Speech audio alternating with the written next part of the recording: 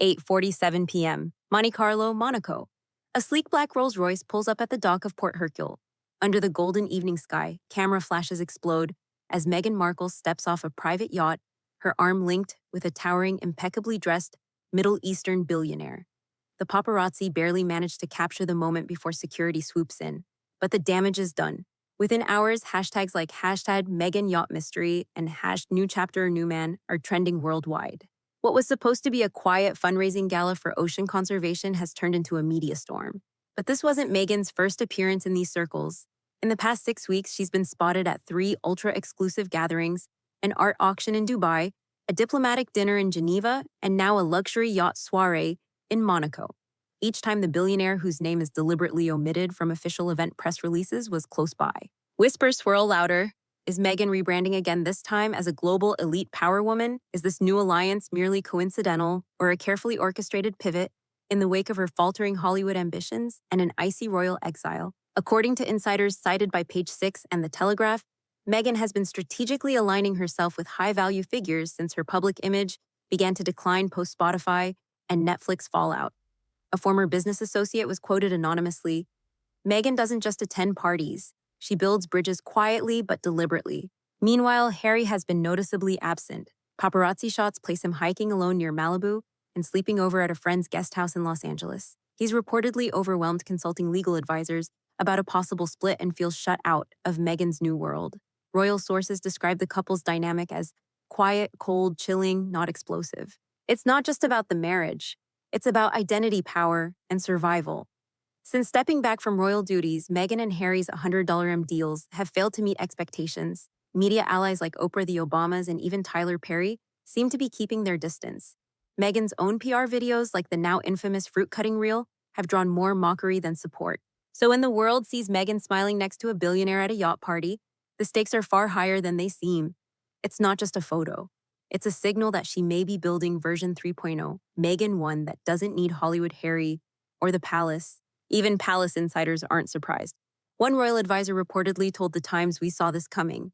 The Sussex experiment is unraveling." And Meghan, well, she always lands on her feet. The mystery deepens when a leaked source reveals that Meghan has been invited to co-host an elite philanthropic summit in Sardinia next week, sponsored by none other than the same billionaire whose presence now follows her like a shadow.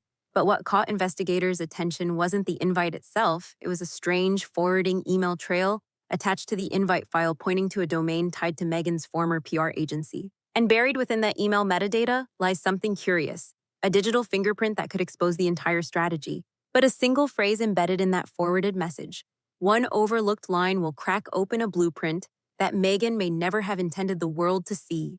The Sardinia invitation wasn't just a social formality, it was a pattern. Over the past 8 weeks, Meghan Markle's name has appeared in at least 3 exclusive guest lists, all curated by the same investment advisory group based in Zurich. At first glance, it looked like standard networking, but a closer look raised red flags. An internal spreadsheet from the philanthropic foundation behind the Monaco yacht event leaked to The Times listed Meghan as a strategic liaison. This wasn't a passive appearance.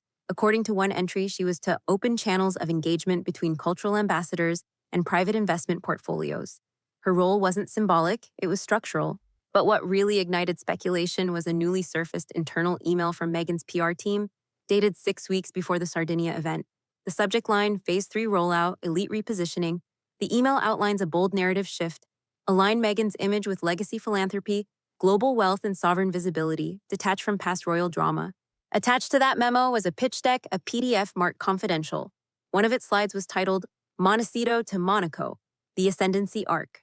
Bullet points included strategic visibility among power networks, soft diplomacy branding, and new financial independence via aligned visionaries. Still, the PR memo alone wasn't damning until another thread emerged. In late June, a representative from the Zurich group sent a follow-up email to Meghan's team confirming her itinerary for Sardinia.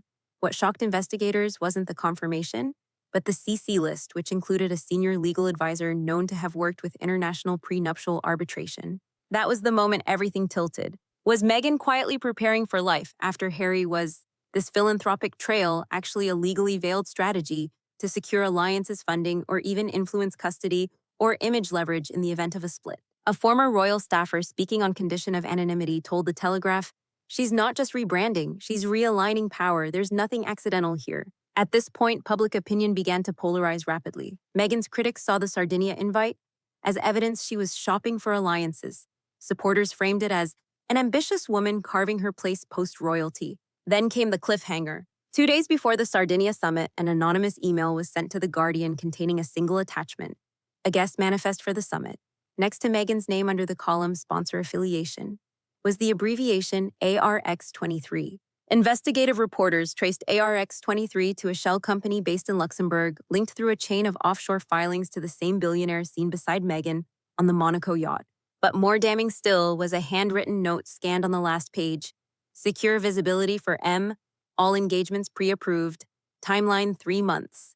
And then came the real blow, a digital contract embedded in the foundation's file server, signed and time-stamped.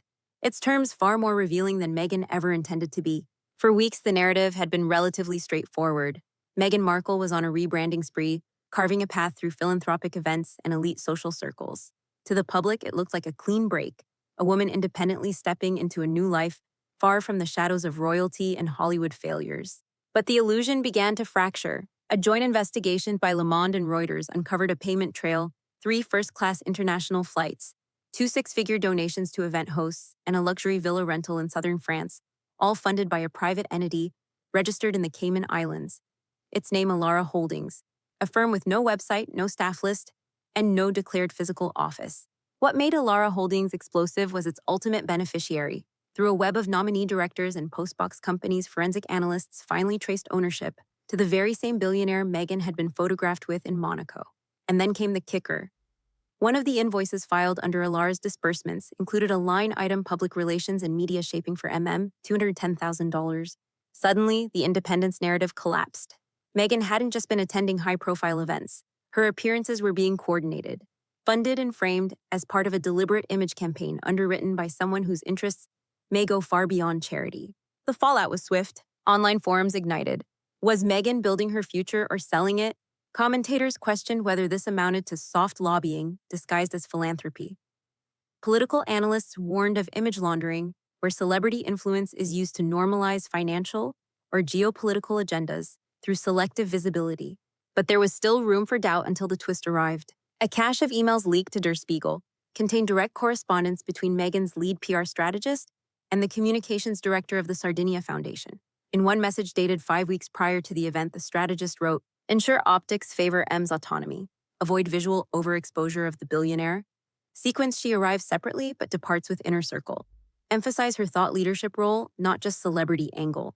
But most damning was a note buried in the email thread's footer. Contract under ARX23 stipulates Meghan attends minimum 4 engagements with visibility metrics monitored by third party. Failure to comply reduces tranche 2 funding by 60%. In short, Meghan's philanthropic image wasn't just coordinated, it was monetized, performance-tracked, and legally bound.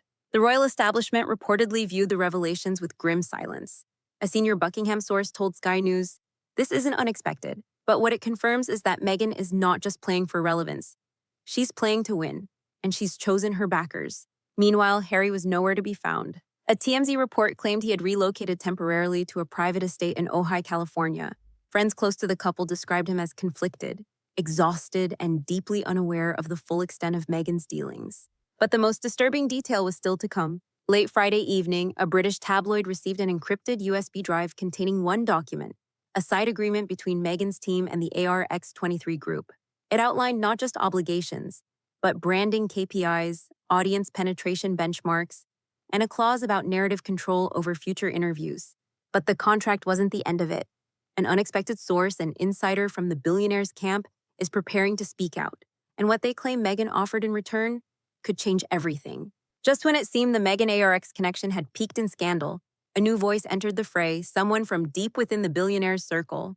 In an exclusive interview with Financial Times, a former legal advisor to the ARX group, identified only as AH for security reasons, stepped forward. What they revealed was nothing short of explosive. According to AH, Meghan had signed not 1 but 2 documents during her early meetings with ARX executives.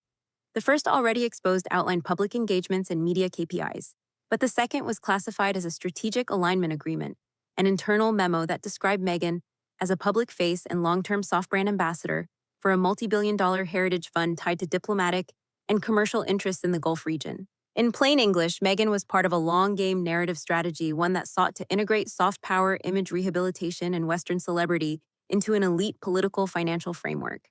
Her presence wasn't just symbolic, it was contractual leverage.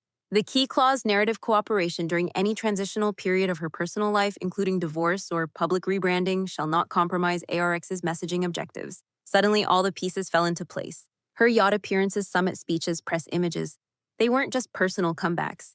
They were calculated moves under an agreement shaped months in advance designed to preserve influence, even in the event of her marriage dissolving. And that's when Harry became collateral. One clause in the secondary agreement raised immediate alarm. Partners' visibility and reputational management remains at the discretion of the principal including image veto rights in future projects. Translation: if Harry stayed, he'd be under brand control. If he left, his image would still be tied to Meghan's curated legacy unless legally contested. A royal advisor speaking anonymously to Sky News said this is no longer just about Meghan finding a new identity. It's about control. Absolute calculated control over her image and by extension Harry's. Back in California, Harry's circle began to close ranks. Reports emerged that he'd consulted with 2 family law attorneys and was exploring legal pathways to protect his image and ensure custodial rights should separation become public. One source described his state as shocked and politically blindsided. Even more shocking was the digital contract itself, verified by a cybersecurity team from The Guardian. The agreement had been uploaded to a secure ARX server and time-stamped months before Meghan's first public appearance with the Billionaire. This wasn't a spontaneous connection, it was premeditated. Palace officials remained silent, but sources close to William expressed deep frustration and a renewed push to ensure Harry understands what's at stake. Meanwhile, the contract's implications extended far beyond family drama. Media watchdogs began questioning whether Meghan's actions blurred the line between celebrity activism and geopolitical influence for hire. Headlines exploded. Was Meghan building a brand or a diplomatic machine? Then came the final blow. An internal memo from ARX's branding team dated 6 months ago contained a chilling statement. Post-divorce narrative must emphasize Meghan's independence and vision with minimal reference to Windsor affiliation unless strategic. That single line reframed everything. Meghan's rebrand wasn't a response to a failing marriage. It may have been the plan all along. But Meghan wasn't done yet. As international press scrambled for answers, one luxury fashion house prepared to unveil its new global ambassador, and the silhouette on the teaser poster bore an all-too-familiar figure. It began as a glamorous photo on a yacht, but what followed unraveled a calculated narrative, a contract-laden rebranding strategy, and a marriage on the brink of implosion. Now, with digital trails exposed and confidential agreements verified, the world has stopped asking if Meghan Markle is preparing for life beyond Harry and started asking how long she's been planning it. Days after the ARX memo leaked, the final confirmation arrived. Valentino, the global luxury fashion house, unveiled its new ambassador, Meghan Markle. The ad campaign's tagline, independent, iconic, unapologetic. Gone were the subtle echoes of Duchesshood or royal romance. Instead, Meghan posed solo, surrounded by symbols of power, not love, a velvet throne, a gold-framed contract, a globe etched in crystal. The imagery was surgical and deliberate. For the palace, this was the moment of no return. No statement was issued, no correction, no congratulation. Buckingham Palace opted for the weapon of choice it reserves for only the gravest of schisms: total silence. Behind closed doors, sources close to King Charles expressed concern not just for Harry's emotional state, but for the precedent now set. This isn't just a personal unraveling, one insider told The Times. It's a full-blown identity divorce. And Harry, he may not have the legal armor to protect himself. Harry, once the wild spare, now stands isolated. Friends say he spends nights at a rented eco-ranch in Ojai, distant from Montecito, even farther from the world Meghan now moves in. He's begun legal consultations, particularly around co-parenting rights and privacy protections for his children, whose exposure may be leveraged in future campaigns. But the man who once walked behind his mother's coffin before billions now walks alone. Public opinion is split as always. To some, Meghan is the ultimate strategist, able to rebuild, rebrand, and reposition herself on her own terms.